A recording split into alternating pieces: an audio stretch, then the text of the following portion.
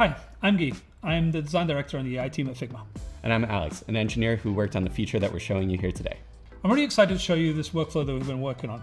Ideas can come from anywhere, from doodles to code these days. And code is really interesting because it can get you to somewhere real very quickly. But it also runs this risk of just rabbit holing down and kind of missing out on a lot of the exploration stage. Exploring in code really means changing code.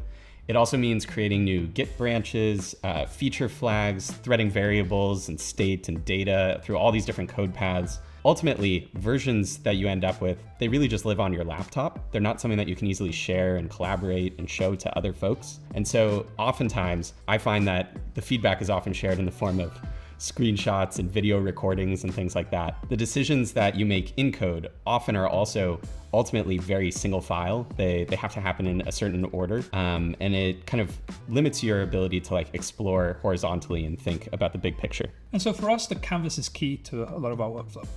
It's easier to engage as a team. You can see the differences side by side immediately, and exploration just feels cheaper and more carefree. Today, we're releasing Claude Code to Figma, a new feature in the Figma MCP server. It can capture any running UI state in your browser and paste those as editable Figma frames right on the canvas. Cool, let's get into a demo. I have some working code that I really want to explore. So I'm gonna spin up Claude and ask it to spin up a dev server. Great, so this is where we're starting. Looks pretty cool, but we could probably make it work a little bit harder. So what I'm gonna do is I'm gonna go back into Claude Code and I'm gonna ask it to send the My Pantry page to Figma. Great, so now we have it in Figma. I also wanted to capture a small detail here. I can select element and I can pick up one of these cards that I think could be better explored. So just by clicking it, it's already sending it to Figma. I can open up my file and there it is. So now it's on the canvas. Now I can come and get my whole design team and we can start exploring variations on these designs. And so for us, it's not really about polish. It's about exploration. We want to try out as many variations until we get to something that we feel really excited about.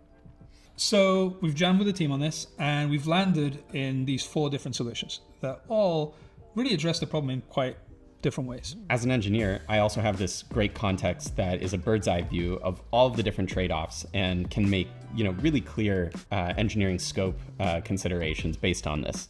That way, no time is wasted on the implementation details of figuring out how to pull off each of these ideas before we're even ready to commit to which direction we want to go.